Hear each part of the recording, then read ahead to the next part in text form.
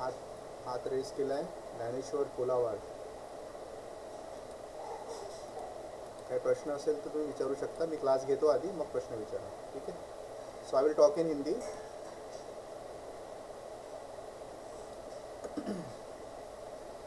सो topic का नाम है इंटरनेट एंड यू. ओके. ये आपको जो बुक प्रोवाइड की है या किसी को मिली होंगी, किसी को नहीं मिली होंगी. किसको नहीं मिली वो बुक कल इंस्टीट्यूट से ले लो. So internet and you. Internet launch हुआ था 1969 में. 1969 में. और उस वक्त में अमेरिका ने एक प्रोजेक्ट फंड किया था. उस प्रोजेक्ट का नाम था आर्पानेट. आर्पानेट मतलब advance research project agency network. अब उन्होंने ये प्रोजेक्ट इसलिए बनाया था कि उनकी जो आर्मी थी उनको उनके साथ कनेक्ट करना है या उनको कुछ मैसेज पहुंचाना है. उस वक्त उन्होंने ऐसा कुछ नेटवर्क बनाया जो सिर्फ एक दूसरे को मैसेज पहुंचा सके. तो एक प्राइवेट नेटवर्क था. बट रियल लाइफ में अगर हम बोलेंगे कि भाई इंटरनेट की शुरुआत कब हुई, तो वो 1991 में हुई, जब वर्ल्ड वाइड वेब मतलब WWW की शुरुआत हुई थी. और हम ऐसा बोल सकते हैं कि तब फर्स्ट जनरेशन मतलब वेब 1.0 ये लॉन्च हुआ था. और उस वक्त में सर्च इंजन जैसे गूगल सर्च इंजन वगैरह थी. लेकिन 2001 मतलब उसके 10 साल के बाद वेब 2.0 आया. तब आपको पता है कि फेसबुक नाम का एक नया वेबसाइट खुला. और अभी भी वो फेसबुक सभी को मतलब एक पागल कर चुका है. फेसबुक में आज भी बहुत लोग मतलब फ्रेंड्स से कनेक्ट होते हैं, डेटा ट्रांसफ़र करते हैं. अभी अगर हम बात करेंगे फेसबुक से ज़्यादा इंस्टाग्राम पॉपुलर है. सो बट 2001 में फेसबुक लॉन्च हुआ था. वेब 3.0 जो है वो करंट जनरेशन जो चल रहा है वो वेब 3.0 है, जिसमें गूगल ने काफ़ी सारी सर्विसेज शुरू की है. और उसमें आप अपनी एक्टिविटीज़ मतलब कैलेंडर प्लान कर सकते हो. वेदर रिपोर्ट्स, ट्रैफिक रिपोर्ट्स, ये सारी चीज़ें आपको मिल जाती हैं. और अगर आप इंटरनेट से कनेक्ट हो, इसका मतलब क्या, आप ऑनलाइन हो. जैसे अगर आप व्हाट्सएप पे किसी को मैसेज करते हो और वो भी अगर उस वक्त में आपका मैसेज रीड कर रहा है तो ऊपर ऑनलाइन लिख के आता है. इसका मतलब क्या है कि आपके कंप्यूटर में भी इंटरनेट है या आपके मोबाइल में भी इंटरनेट है और उसके मोबाइल में भी इंटरनेट है. तो उसको बोलेंगे हम लोग ऑनलाइन. तो ये इसके ऊपर कुछ क्वेश्चंस कभी एग्ज़ाम में आते हैं. तो इंटरनेट के फ़ायदे क्या क्या है. इंटरनेट के फ़ायदे हैं, पहला है कम्युनिकेटिंग मतलब कम्युनिकेशन करना. अब कम्युनिकेशन करने के लिए कम्युनिकेशन का जो माध्यम है वो सबसे ज़्यादा पॉपुलर कौन सा है कम्युनिकेशन का माध्यम, वो है ईमेल. तो ईमेल या इंटरनेट में सबसे ज़्यादा पॉपुलर एक्टिविटी जो है ना ईमेल. अभी हम लोग ऐसा बोल सकते हैं कि व्हाट्सअप ज़्यादा पॉपुलर हो गया, बट स्टार्टिंग में ईमेल था. और अभी भी कोई अगर आपको लगता है कि ऑफिशियल कुछ भी मतलब कम्युनिकेशन करना है तो ईमेल एक सबसे प्रभावी माध्यम है. तो आप इंटरनेट पे क्या कर सकते हो, फ़ोटो एक्सचेंज कर सकते हो, वीडियोस एक्सचेंज कर सकते हो अपने फैमिली के साथ, अपने फ्रेंड के साथ. और वो फ्रेंड ज़रूरी नहीं कि आपके घर के पास रहना चाहिए, वो दुनिया के कोई भी कोने में रहो, आप अपने दोस्त के साथ फ़ोटो, वीडियो, ईमेल ये शेयर कर सकते हो. ये फ़ायदा है इंटरनेट का. आप अपने पुराने दोस्त को ढूंढ सकते हो, आप नए दोस्त बना सकते हो, आप कोई टॉपिक पे डिस्कशन कर सकते हो, कोई इंटरेस्टिंग चीज़ ढूंढ सकते हो. और सबसे ज़्यादा important Facebook, Twitter, Instagram, LinkedIn ये तो पॉपुलर है ही. और ये है करके दुनिया मतलब मैक्सिमम लोग इसके दीवाने हैं. इंस्टाग्राम पे मैक्सिमम लोग अपना टाइम वेस्ट करते हैं.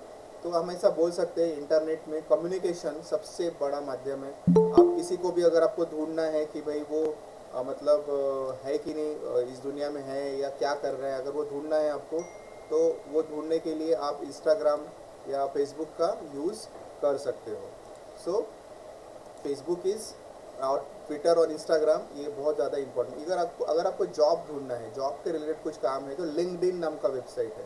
उस पर आपको प्रोफाइल बनाना पड़ेगा.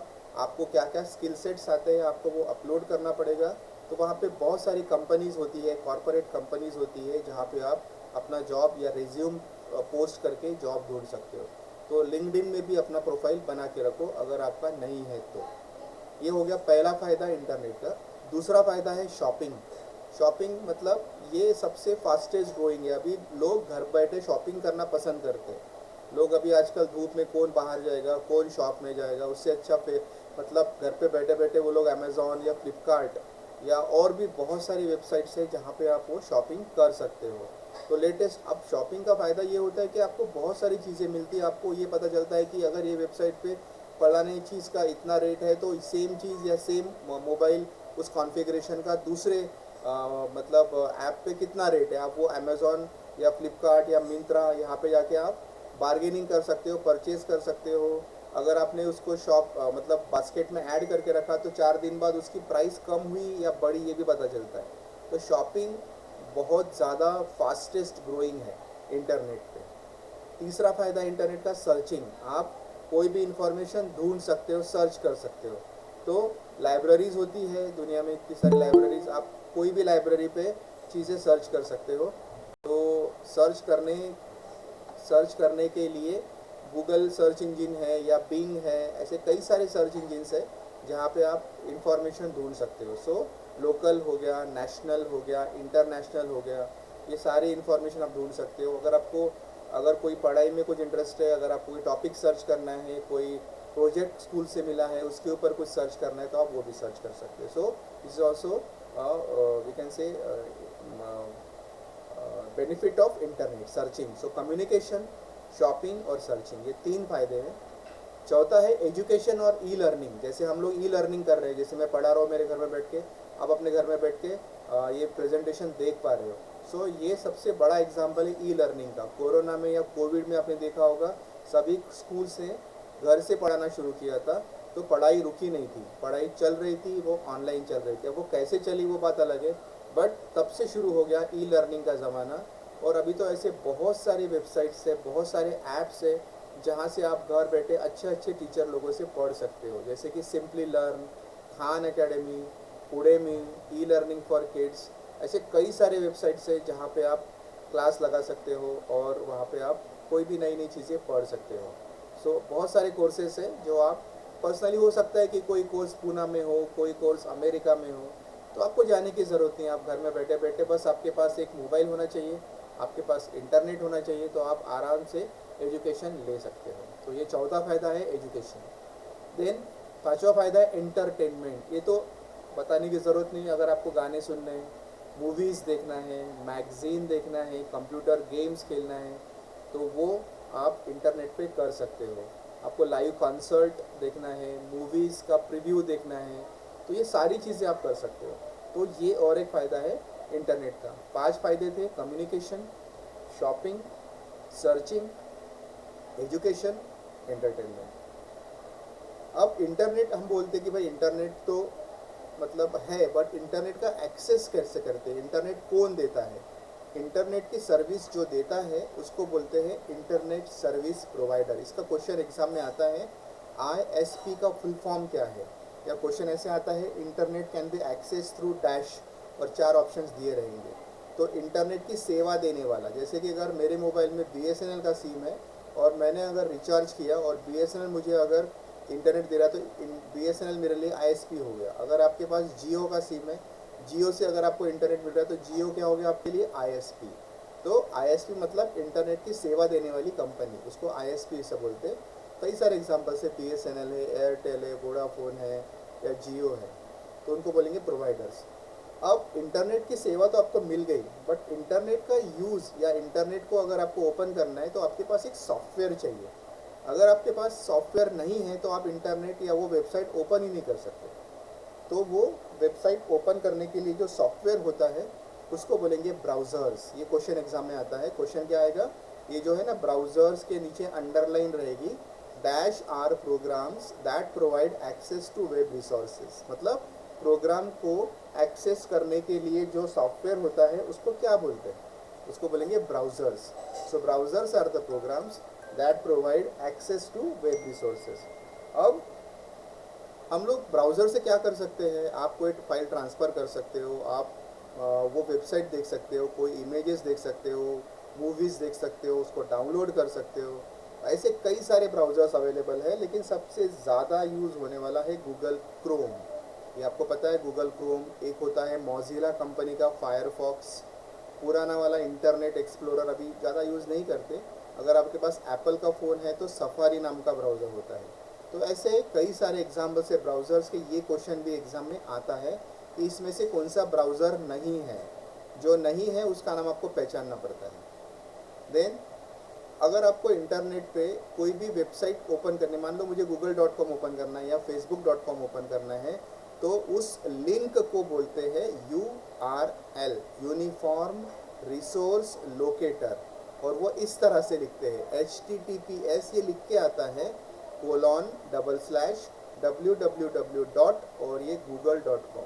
तो ये जो नाम हो गया, इस चीज़ को बोलते हैं URL। ये एग्ज़ाम में क्वेश्चन आता है, URL का लॉन्ग फॉर्म क्या है? उसका लॉन्ग फॉर्म है यूनिफॉर्म रिसोर्स लोकेटर। या क्वेश्चन आता है कि इंटरनेट की जो वेबसाइट है उसको क्या बोलते हैं, एड्रेस को क्या बोलते हैं? एड्रेस को बोलते हैं URL। अब जैसे मान लो ये URL आपको दिख रहा है इसमें जो गूगल लिखा है उसको बोलते हैं डोमेन नेम, जो .com लिखा है उसको बोलते हैं टॉप लेवल डोमेन, और जो HTTPS लिखा है इसको बोलते हैं प्रोटोकॉल। ठीक है, तो अब इसका फुल फॉर्म भी एग्जाम में आता है। HTTPS मतलब पहला जो H लिखा है उसको बोलते हैं हाइपर, दूसरा जो T लिखा है उसको टेक्स्ट, तीसरा T है उसको बोलते हैं ट्रांसफ़र, देन P मतलब प्रोटोकॉल, S मतलब सिक्योरिटी। सो हाइपर टेक्स्ट ट्रांसफ़र प्रोटोकॉल। जब भी आपके वेबसाइट के सामने S लिखा हो मतलब वो वेबसाइट सिक्योर्ड है, उसमें वायरसेस का धोखा नहीं है।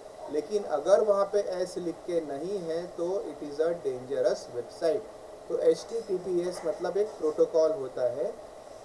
ये क्यों लिखा जाता है? ताकि ये वेबसाइट जिस किसी सर्वर में हो वहाँ से वो वेबसाइट आपके कंप्यूटर पे आ रही है, उस चीज़ को मतलब वो वेबसाइट को उस कंप्यूटर से आपके कंप्यूटर तक भेजा, उस भेजने की प्रोसेस को बोलते हैं प्रोटोकॉल। ओके, तो HTTPS का फुल फॉर्म एग्जाम में आएगा, आपके बुक के अंदर दिया है, आप उसको पढ़ सकते हैं, hyper text transfer protocol. Okay, और ये क्वेश्चन आता है डोमेन नेम के बारे में, यहाँ वेबसाइट का नाम दिया रहेगा और बोलेंगे इसमें डोमेन नेम क्या है या टॉप लेवल डोमेन क्या है। ये क्वेश्चन तो बिल्कुल डेफिनेटली आता है। एक क्वेश्चन पे 1 मार्क रहता है, 15 मार्क का ऑब्जेक्टिव आता है, 6 मार्क पासिंग के लिए लगते हैं। मतलब कम से कम 6 क्वेश्चन सही आने चाहिए। अगर आप फेल हो गए तो आपको फिर से 400 रुपये भर के एग्ज़ाम फी भर के एग्ज़ाम देना पड़ता है, इसलिए थ्योरी भी उतनी ही इम्पोर्टेंट है। नेक्स्ट, यहाँ पे जैसे मैंने .com लिखा, इसको बोलते हैं कमर्शियल। अगर आपकी वेबसाइट कमर्शियल है तो .com, अगर आपकी वेबसाइट एजुकेशनल है तो .edu, अगर आपकी वेबसाइट गवर्नमेंट की है तो .gov.in, अगर आपकी वेबसाइट .net वाली है तो नेटवर्किंग, org मतलब ऑर्गेनाइजेशन, जैसे हमारा mkcl.org लिख के आता है, या कोई co.in आता है मतलब इंडियन कंपनी साइट। तो ये इसका फुल फॉर्म भी एग्जाम में आएगा। कॉम मतलब क्या, edu मतलब क्या, gov मतलब अगर रेलवे की वेबसाइट है indianrail.gov.in, तो रेलवे की वेबसाइट मतलब गवर्नमेंट की वेबसाइट। तो गवर्नमेंट की जितनी वेबसाइट रहेंगी सबसे आखिरी में क्या लिखा रहेगा, .gov.in, इस तरह से। तो ये भी बहुत ज़्यादा इम्पॉर्टेंट है। ओके, अब ये जो ब्राउज़र्स है इसको, ये जो हम लोग देखते हैं कि जो वेबसाइट ओपन होती है तो ये वेबसाइट कोई बनाता है क्या? हाँ बनाता है। तो कौन सी भाषा में बनता है वो? उसको बोलते हैं HTML। इसका फुल फॉर्म क्या है? Hyper text markup language. Hyper text markup language HTML। तो ये लैंग्वेज अगर आप सीखते हो तो आप भी अपनी वेबसाइट बना सकते हो। तो ये HTML क्या करता है? ये ब्राउज़र को बताता है कि भाई ये जो वेबसाइट है ना, ये यूज़र को दिखाओ। तो ये HTML का फुल फॉर्म भी एग्जाम में आता है, हाइपर टेक्स्ट मार्कअप लैंग्वेज। अब ये जो वेब पेजेस है, ये वेब पेजेस हम लोग जब ओपन करते हैं, कोई भी आप इंटरनेट की वेबसाइट ओपन करो तो उसमें ना बहुत सारे लिंक्स रहते हैं। एक लिंक पे क्लिक करो, आप दूसरे लिंक पे जंप करोगे, या कोई वीडियो पे क्लिक करो, वो बड़ा होके आ जाएगा। इस तरह से कई सारे हाइपरलिंक्स होते हैं। तो वो सब बनाने के लिए HTML में आप बना सकते हो। उसके अलावा HTML में एक एरिया है या एक पोर्शन है जिसको बोलते हैं CSS। उसका फुल फॉर्म है कैस्केडिंग स्टाइल शीट्स। तो ये कैस्केडिंग स्टाइल शीट्स का फ़ायदा क्या होता है कि ये इंडिपेंडेंट है और इससे आप मतलब वेबसाइट का अपीयरेंस बदल सकते हो, या उस पर आप मतलब अगर मतलब मान लो हो सकता है कोई कोड बार बार लिखना है तो आप वो CSS में आप लिख लो तो उसको आप प्रॉपरली मतलब प्रेजेंट कर सकते हो। तो अब ये तो मतलब थोड़ा टेक्निकल भाषा होगा, क्योंकि आपको अगर HTML पढ़ोगे या जावा पढ़ोगे तो आपको CSS समझ में आएगा। अब CSS का यूज़ आपकी पॉपुलर वेबसाइट नेटफ्लिक्स में हुआ है। सो नेटफ्लिक्स में CSS का यूज़ करके जो विजुअल कंटेंट्स है जो साइट पे, अगर मान लो मुझे अगर ब्राउज़र पे नेटफ्लिक्स ओपन करना है तो नेटफ्लिक्स में CSS का यूज़ किया, इसीलिए हम नेटफ्लिक्स को ब्राउज़र पे देख सकते हैं। दूसरा है सॉफ्टवेयर जावास्क्रिप्ट। जावास्क्रिप्ट जो होता है वो स्क्रिप्टिंग लैंग्वेज ऐसा बोलेंगे हम लोग। अब ये जावास्क्रिप्ट का यूज़ होता है जैसे माइक्रोसॉफ्ट की एक सर्च इंजन है जिसका नाम है bing.com। तो ये bing.com जो है ये इंटरैक्टिव वेबसाइट है। आपने अगर कुछ उसको रिक्वेस्ट भेजी तो आपको वो रिज़ल्ट देगा। तो ये वेबसाइट जावास्क्रिप्ट में बनाई है, इसीलिए ये इंटरैक्टिव है। अगर HTML जो है ना वो इंटरैक्टिव नहीं रहता। HTML में आप कुछ भी बनाओ वो सिर्फ स्टैटिक रहेगा, क्लिक करो कुछ नहीं होगा। बट अगर कोई वेबसाइट जावास्क्रिप्ट में बनती है तो उसको बोलेंगे हम लोग इंटरैक्टिव वेबसाइट। मतलब आपने अगर कुछ क्लिक किया तो उसका रिस्पॉन्स मिलेगा, इंटरैक्टिव। मैंने अगर किसी को हेलो बोला तो वहाँ से मुझे हाय बोलेगा वो, तो उसको बोलेंगे इंटरैक्टिविटी। उसके अलावा एक और वेबसाइट और एक सॉफ्टवेयर है AJAX। तो AJAX ये डायनेमिक या फास्ट लोडिंग वाला है। तो जो गूगल मैप्स आपके मोबाइल फ़ोन में है, गूगल मैप का ऐप है आपके पास, तो वो AJAX में बना है। ये भी एक सॉफ्टवेयर है जो आप पढ़ सकते हो, ये एडवांस जावास्क्रिप्ट में आएगा AJAX। उसके बाद अभी और बहुत सारे सर्विसेज हैं इंटरनेट के। तो उसमें सबसे पहली सर्विस है प्लगइन्स। प्लगइन्स का मतलब होता है कि अगर आप कोई वेबसाइट बनाते हो या वेबसाइट पे जंप करते हो तो वहाँ पे अगर कोई फॉर्म है, अगर आप उस फॉर्म को ओपन करते हो तो वो फॉर्म जो जनरली PDF फाइल होती है, तो PDF फाइल ओपन करने के लिए एक सॉफ्टवेयर है एक्रोबैट रीडर। तो अगर एक्रोबैट रीडर है तो ही आप वो फाइल को ओपन कर सकते हो। या कोई अगर सपोज़ मान लो कोई एनिमेशन वाला कोई मूवी है तो उसके लिए फ्लैश प्लेयर चाहिए या VLC मीडिया प्लेयर चाहिए। तो बहुत बार ऐसा होता है कि कोई वेबसाइट पे ऐसे सॉफ्टवेयर्स लिंक नहीं होते। तो अब मान लो कि मुझे अगर कोई एनिमेशन फाइल प्ले करनी है या कोई PDF फाइल रन करना है तो इंटरनेट पे ऐसे प्लगइन्स अवेलेबल होते जो टाइम पे, अगर आपके वेबसाइट में नहीं हो तो टाइम पे आपको मिल जाते हैं। तो अपने आप ऑटोमेटिकली आने वाला पार्ट को बोलते हैं प्लगइन्स। ओके, तो ये क्वेश्चन हरदम आता है। क्वेश्चन क्या रहेगा कि जो प्लगइन्स के नीचे अंडरलाइन रहेगा, प्लगइन्स के नीचे अंडरलाइन रहेगा, उसके बाद आएगा are programs that start automatically and operate as a part of your browser. तो इसका आंसर रहेगा प्लगइन्स। मतलब ये ऐसे प्रोग्राम हैं जो खुद से आते हैं और आपको ऐसा लगता है कि वो ब्राउज़र का हिस्सा है। ओके, तो इसको बोलेंगे प्लगइन्स। देन नेक्स्ट है फ़िल्टर। फ़िल्टर बहुत ज़्यादा इम्पॉर्टेंट है। वाई? क्योंकि इंटरनेट बोले तो उसमें अच्छी चीज़ें भी होती है, बुरी चीज़ें भी होती है, उसमें वायरसेस भी होते हैं। तो ऐसी वेबसाइट जो डेंजरस है उनको अगर आपको लगता है कि ब्लॉक करना है तो फ़िल्टर्स अवेलेबल होते हैं। मतलब ऐसे एंटीवायरसेस अवेलेबल है जिसके थ्रू आप ये सभी के सभी साइट्स को ब्लॉक कर सकते हो, उसको बोलते हैं फ़िल्टर। ये क्वेश्चन आता है, फ़िल्टर के नीचे अंडरलाइन रहेगा और बाद में आएगा ब्लॉक एक्सेस। यहाँ एक्सेस की स्पेलिंग गलत हुई है, डबल C चाहिए, एक्सेस टू सिलेक्टेड साइट, तो उसको बोलेंगे फ़िल्टर। उसके बाद दिया है फाइल ट्रांसफ़र यूटिलिटी, मतलब सर्विसेज। तो इसमें 3 सर्विसेज दिए। पहला दिया है FTP, उसका फुल फॉर्म एग्जाम में आएगा, फाइल ट्रांसफ़र प्रोटोकॉल, FTP। तो अगर आपको एक फ़ाइल, मान लो मुझे अगर कोई फ़ाइल आपको भेजना है, मतलब मेरे पास कोई सिलेबस है और मुझे वो आपको भेजना है, तो मैं क्या करता, यूजुअली मोबाइल से उसको फॉरवर्ड कर देते हैं अपन बहुत सारी फाइल, या ईमेल से उसको अटैच करके भेजते हैं। तो अटैच करने के लिए ईमेल से अटैच करो या व्हाट्सएप से अटैच करने के बाद जब उसको भेजते हैं हम, तो मोबाइल को ये समझता है कि भाई इसको ही भेजना है, या कंप्यूटर को ये समझता है कि भाई ईमेल इसी के पास जाना है। तो उस चीज़ को बोलते हैं फाइल ट्रांसफ़र प्रोटोकॉल। वहाँ पे एड्रेस लिखा रहता है, तो उसको ये समझता है कि भाई ये फ़ाइल ये बंदे ने वो सामने वाले के लिए भेजी है, तो बराबर वो उसी के पास भेजेगा और किसी के पास नहीं भेजेगा।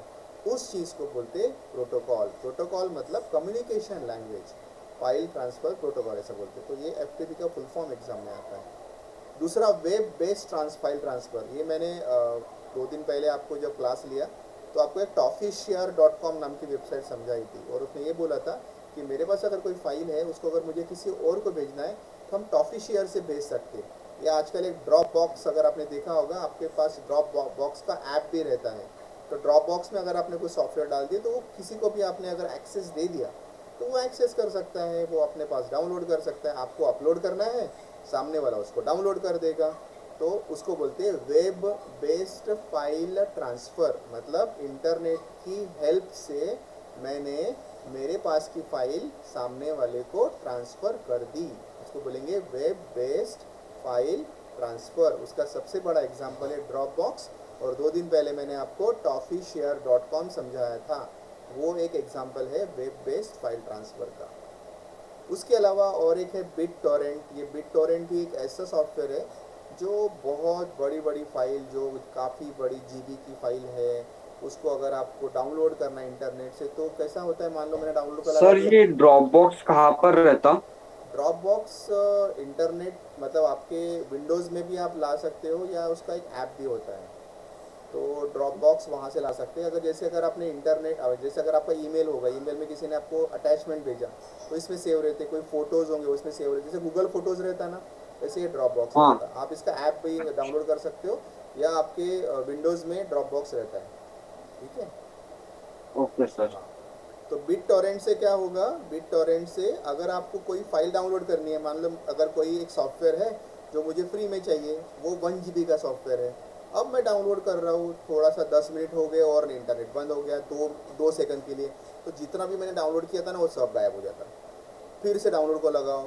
तो ऐसा बीच बीच में इंटरप्शन नहीं आना चाहिए करके बिट टॉरेंट करके एक अवेलेबल है। तो आपको करना क्या है कि आप जिस सॉफ्टवेयर को डाउनलोड करना चाहते हो उसका एड्रेस आपको ढूंढना है, उसका यूआरएल ढूंढना है, वो कॉपी करके बिट टॉरेंट में डाल देने का, और जब आप डाउनलोड करते हो तो वो फाइल वहाँ से डाउनलोड होके आपके पास आ जाएगी।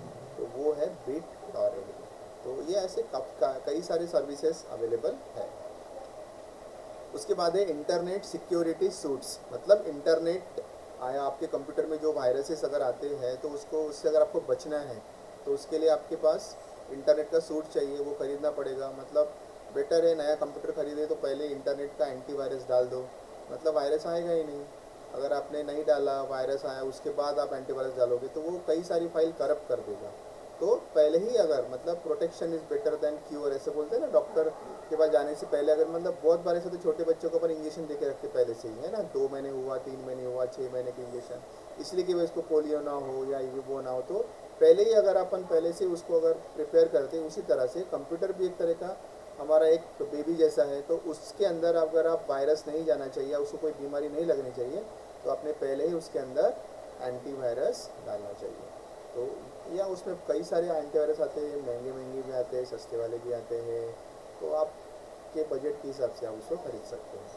तो वो फ़िल्टर का भी काम करते हैं, वायरस को आने भी नहीं देते, स्पैम को प्रोटेक्ट करते हैं आपका।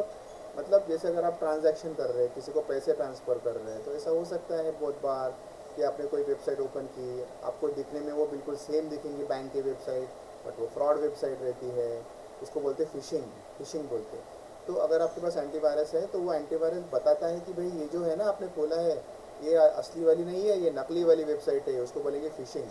तो ऐसे कई सारे सूट्स अवेलेबल है मार्केट में जो आपको ऐसे फ्रॉड से बचाते हैं। देन कम्युनिकेशन में मैंने बोला कि इंटरनेट में सबसे ज़्यादा पॉपुलर ईमेल है।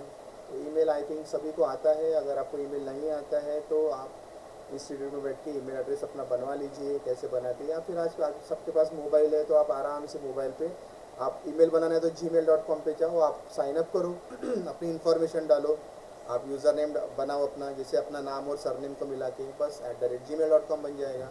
इस तरह से आप अपना ईमेल एड्रेस बना सकते हो।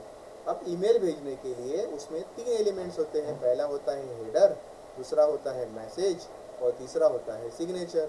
हेडर के 3 पार्ट पड़ते हैं, एक होता है एड्रेसेस, दूसरा होता है सब्जेक्ट, और तीसरा होता है अटैचमेंट। एड्रेस में आपको जिसको भी एड्रेस है ना मेल भेजना है, वो एड्रेस आपको एड्रेस में लिखना है। जैसे कि मान लो मेरा है pramod.sahare@yahoo.com, तो मैं वो एड्रेस में लिखूँगा, और किसी का होगा xyz@gmail.com, तो आपको जितने लोगों को मैसेज भेजना है सभी के आपको एड्रेसेस में डालना पड़ेगा। सब्जेक्ट में आपको लिखना पड़ेगा, अगर मान लो आपको कोई मीटिंग का नोटिस भेजना है तो मीटिंग नोटिस। अटैचमेंट में आप कोई भी फाइल अटैच कर सकते हो। तो ये सारी चीज़ें ईमेल में अवेलेबल है। आपको क्वेश्चन आता है एग्जाम में, क्या क्वेश्चन आएगा ईमेल के ऊपर ईमेल के ऊपर क्वेश्चन आता है, email message has basic elements, A आएगा हेडर, बी आएगा मैसेज, सी आएगा सिग्नेचर और डी में रहेगा ऑल ऑफ द अबाउट, तो आपको सिलेक्ट करना है, ठीक है। देन आएगा मैसेजिंग, तो हम जो टेक्स्ट मैसेज भेजते हैं या जो एसएमएस होता है ना, एसएमएस का फुल फॉर्म क्या है, शॉर्ट मैसेजिंग सर्विसेज। तो टेक्स्ट मैसेज या टेक्स्ट बोलते हैं हम उसको, या एसएमएस बोलते हैं। तो एसएमएस के थ्रू भी हम कम्युनिकेशन कर सकते हैं, या आजकल व्हाट्सअप के थ्रू तो सबसे बेस्ट है, व्हाट्सअप के थ्रू कम्युनिकेशन करते हैं, या फेसबुक में जो मैसेंजर होता है उसके थ्रू कर सकते हैं। सोशल नेटवर्किंग साइट आपको पता है, फेसबुक तो 5 लोगों ने मिलके बनाया 2004 में, हार्वर्ड यूनिवर्सिटी के थे जिन्होंने उसको बनाया। गूगल प्लस 2011 में आया, लिंक्डइन जो है वो 2003 में आया। तो ऐसे कई सारे ब्लॉग्स या वी ब्लॉग्स या माइक्रो ब्लॉग्स, वेबकास्ट सेशन मतलब यूट्यूब पे जैसे वेबकास्ट होते हैं। अगर आपको लगता है कि कोई बड़े बड़े लोग जो होते हैं साइंटिस्ट वगैरह, मान लो अगर उनको अगर कोई टॉपिक पे मतलब 1 आवर या 2 आवर का लेक्चर दे रहे हैं, तो वो लोग वेबकास्ट सेशन यानी ऐसे बड़े सर्वर्स हायर करते हैं जिसका स्ट्रीमिंग कैपेसिटी अच्छा होता है, और वो उसको टेलीकास्ट करते हैं आपके मोबाइल पे यूट्यूब के थ्रू। तो वो वेबकास्ट होता है। एक पॉडकास्ट होता है, पॉडकास्ट सुना होगा आपने, बहुत सारे जो रेडियो चैनल्स होते हैं वो लोग पॉडकास्ट करके दे देते हैं, यानी आप उसको डाउनलोड करो और आराम से सुनते रहो। उसमें चैनल मतलब उसमें किसी की इंटरव्यू हो सकती है, या किसी का मतलब कुछ पर्सनल अगर वो कुछ बता रहा है, उसका कुछ मतलब एक आधे घंटे का उसका कुछ अगर लेक्चर होगा वो सुन सकते हैं। तो ये ऑनलाइन, ये पॉडकास्ट मतलब सिर्फ सुनने के लिए, वेबकास्ट मतलब देख भी सकते हैं सुन भी सकते हैं, ठीक है। तो पॉडकास्ट iOS में यानी एप्पल के फ़ोन में अवेलेबल है, वेबकास्ट आप यूट्यूब से देख सकते हैं। विकीपीडिया आपको बहुत लोगों को पता होगा, विकीपीडिया एक ऐसी वेबसाइट है जहाँ पे आप कुछ भी ढूंढो, आप एनसाइक्लोपीडिया है जहाँ से आप कोई भी इंफॉर्मेशन ढूंढो, आप वहाँ से उसको 20 लैंग्वेजेस में वो कवर होता है। और जो मतलब आप कोई भी लैंग्वेज में, मराठी, हिंदी, इंग्लिश, तेलुगु, तमिल, सब में आप ढूंढ सकते हो। विकीपीडिया wiki.com है ना, उस पर आप जा सकते हो। सर्च टूल, अगर आपको सर्च करना है कुछ इंटरनेट पे तो उसके सर्च इंजन होता है। तो ये क्वेश्चन आएगा, गूगल सर्च इंजन कौन सी है। गूगल एक सर्च इंजन है, याहू एक सर्च इंजन है, एक बिंग है या आस्क है, ऐसे कई सारे हैं। तो ये सब सर्च इंजन है। सर्च इंजन क्या करता है, आपको जो भी आपने इन्फॉर्मेशन ढूंढनी है आपको वो इन्फॉर्मेशन सर्च इंजन मतलब उनके थ्रू आप इजीली ढूंढ सकते हो। तो उसमें लेकिन अब ये है कि वो वेबसाइट पे जो इन्फॉर्मेशन आ रही है वो सही में सही है कि नहीं, ये बता नहीं सकते। इसलिए भरोसा नहीं करना। अगर कोई वेबसाइट पे आप इन्फॉर्मेशन ढूंढ रहे हो तो उसको 4 बार चेक कर लो सही में ये है कि नहीं, है ना। क्योंकि आजकल क्या है ना, कोई भी वेबसाइट बना लेता है, कुछ भी डाल देता है। So we can't say that it is authentic. So accuracy या ऑब्जेक्टिविटी या करेंसी जो बोलते हैं ना उसको, तो ये चीज़ें फ्रॉड बहुत कुछ रहता है। अपने को लगता है कि ये रियल ही है, बट ऐसा होता नहीं है। तो इसलिए जो थोड़ा एक्यूरेसी के मामले में आपको थोड़ा सा देखना पड़ेगा कि भाई कौन सा ऑथर है, वो सही में एक्सपर्ट है क्या उसके एरिया में, वो सही में बता रहा है वो बराबर है क्या, उसको एक्यूरेसी कितनी है ना। तो आपको इसको क्रॉस चेक करना पड़ेगा। देन ई कॉमर्स मतलब अगर आप कोई चीज़ खरीदते हो इंटरनेट पे या इंटरनेट पे कोई चीज़ बेचते हो, उसको बोलेंगे ई कॉमर्स या इलेक्ट्रॉनिक कॉमर्स। ये क्वेश्चन एग्जाम में आता है। Buying and selling of goods over internet is known as dash, यानी इंटरनेट पे कोई भी चीज़ खरीदी करना या बेचना, उसको क्या बोलेंगे, उसको बोलते हैं ई कॉमर्स। ई कॉमर्स का फुल फॉर्म भी आता है एग्जाम में, ई का मतलब इलेक्ट्रॉनिक, ये क्वेश्चन आता है। अब 3 तरह के कॉमर्स होते हैं। पहला होता है B2C मतलब बिजनेस टू कंज्यूमर, दूसरा होता है C2C मतलब कंज्यूमर टू कंज्यूमर, तीसरा होता है B2B मतलब बिजनेस टू बिजनेस मतलब बिजनेसमैन अगर कंज्यूमर को अगर कोई डेटा दे रहा है, कुछ चीज़ पहुंचा रहा है, तो उसको बोलते हैं बिजनेस टू कंज्यूमर। मतलब जैसे अगर मैंने अमेज़ोन से कुछ ख़रीदा तो मैं हूँ कंज्यूमर और अमेज़ोन है बिजनेसमैन, तो उसने क्या किया, वो चीज़ मेरे घर तक पहुँचा दी। तो ये कौन सा व्यापार हो गया, B2C मतलब बिजनेस टू कंज्यूमर। अब दूसरा है C2C, मेरे पास अगर पुरानी गाड़ी है, मैंने अगर उसको मुझे अगर बेचना है तो मैं उसका फ़ोटो निकालता हूँ, OLX पे या क्विकर पे डाल देता हूँ। तो जिसको अगर वो चाहिए होगा तो वो मुझे कांटेक्ट करेगा, मैं उसको वो गाड़ी बेच दूंगा। तो ये क्या हो गया, मैं एक कंज्यूमर हूँ, खरीदने वाला एक कंज्यूमर है। तो वो कौन सा ट्रांजैक्शन हो गया, C2C कंज्यूमर टू कंज्यूमर, है ना। तो वो OLX पुराना सामान बेचने के लिए बहुत बढ़िया ऐप है जिसके थ्रू आप चीज़ें बेच सकते हो। क्विकर भी है, और भी होंगे अभी, बट मैंने अभी जितने जो किए बहुत सारे अवेलेबल होंगे अभी। तीसरा है B2B, बिजनेस टू बिजनेस। मतलब क्या, मान लो अगर कोई कंपनी है जो पेंट बनाती है ना, बर्जर पेंट या एशियन पेंट्स, तो वो कंपनी मान लो अगर दिल्ली में है, तो वो खुद तो नहीं आ सकती हर एक के घर में पेंट बेचने के लिए। तो वो क्या करती है कि वो 28 अगर हमारे स्टेट्स हैं, तो हर एक स्टेट में एक उनका एक ऑफिशियल पर्सन को बोलती है फ्रेंचाइजी ले लो, उनको वो पूरे पेंट देती है। फिर महाराष्ट्र में और 35 डिस्ट्रिक्ट्स है, तो वो क्या करते हैं हर एक डिस्ट्रिक्ट में अपने और एक डिस्ट्रीब्यूटर रखते हैं। फिर वो स्टेट वाला क्या करेगा, हर एक डिस्ट्रिक्ट में वो भेजेगा बेचेगा, फिर वो डिस्ट्रिक्ट वाला तालुका में भेजेगा। तो मतलब एक बिजनेसमैन ने दूसरे बिजनेसमैन को वो चीज़ बेची, उसको बोलेंगे बिजनेस टू बिजनेस या B2B। मतलब अगर वो चीज़ 10 रुपये में बन रही है, तो आप तक आते आते वो चीज़ 30 रुपये की हो जाती है, 20 में 20 रुपये का कमीशन ये लोग खाते हैं।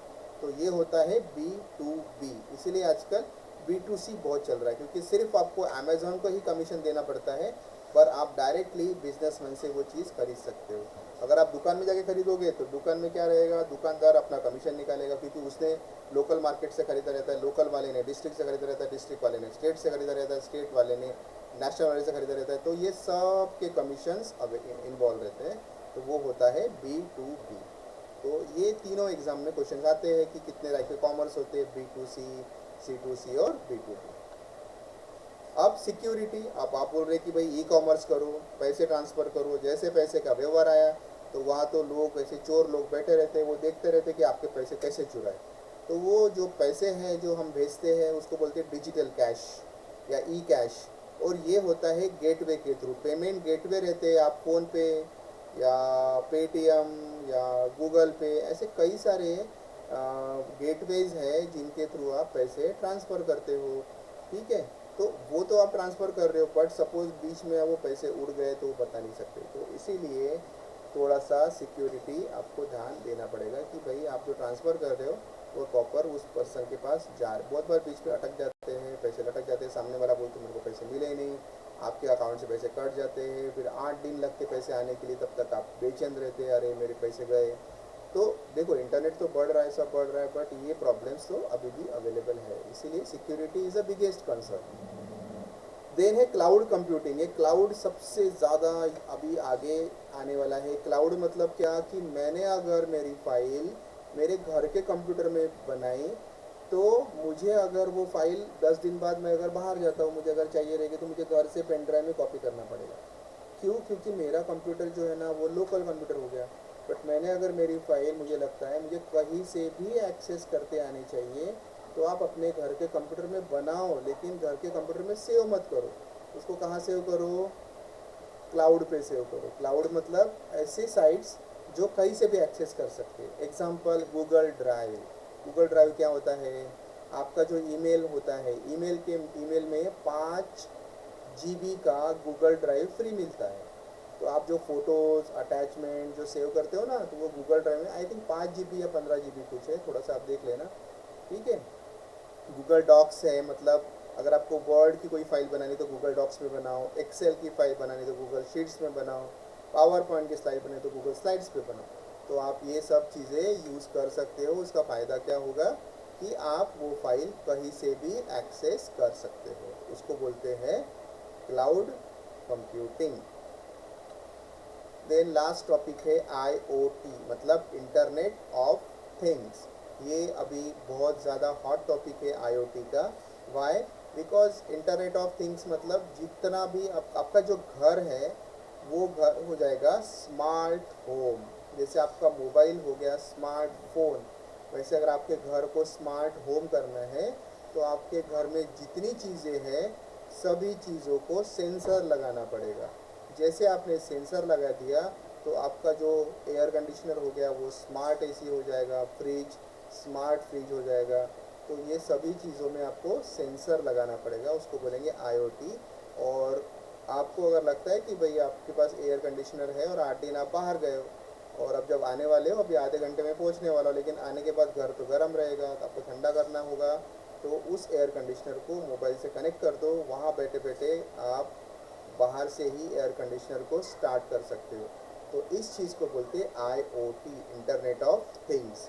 और ये एक तरह का मशीन लर्निंग भी बोल सकते हैं। मशीन को हम बता रहे हैं कि क्या काम करना है, और मशीन को एक बार बता दिया तो मशीन अपने आप, उसको अगर बता दिया कि भाई इतना कूलिंग हो गया तो अपने आप बंद हो जा, तो वो कट हो जाता है, इतना हो गया तो अपने आप शुरू हो जा, तो वो स्मार्ट हो गया, उसको बताने की ज़रूरत नहीं पड़ रही है। तो उस चीज़ को बोलते हैं IoT। तो ये वेरिएबल इवन आपके मोबाइल फ़ोन में भी वैसा होता है ना। देखो अगर ब्राइटनेस, जैसे अगर धूप में निकलो तो ब्राइटनेस कम हो जाता है, आप रात के वक्त देखो तो मतलब अपने आप वो ये करता है। तो ये आर्टिफिशियल इंटेलिजेंस वहाँ पे बहुत बड़ा रोल प्ले करता है। तो ये हो गया आपका IoT। इस तरह से मैंने आपको जितनी भी चीज़ें अभी अवेलेबल है आपके बुक्स में, मैंने वो सारी चीज़ें आपको पढ़ाई है।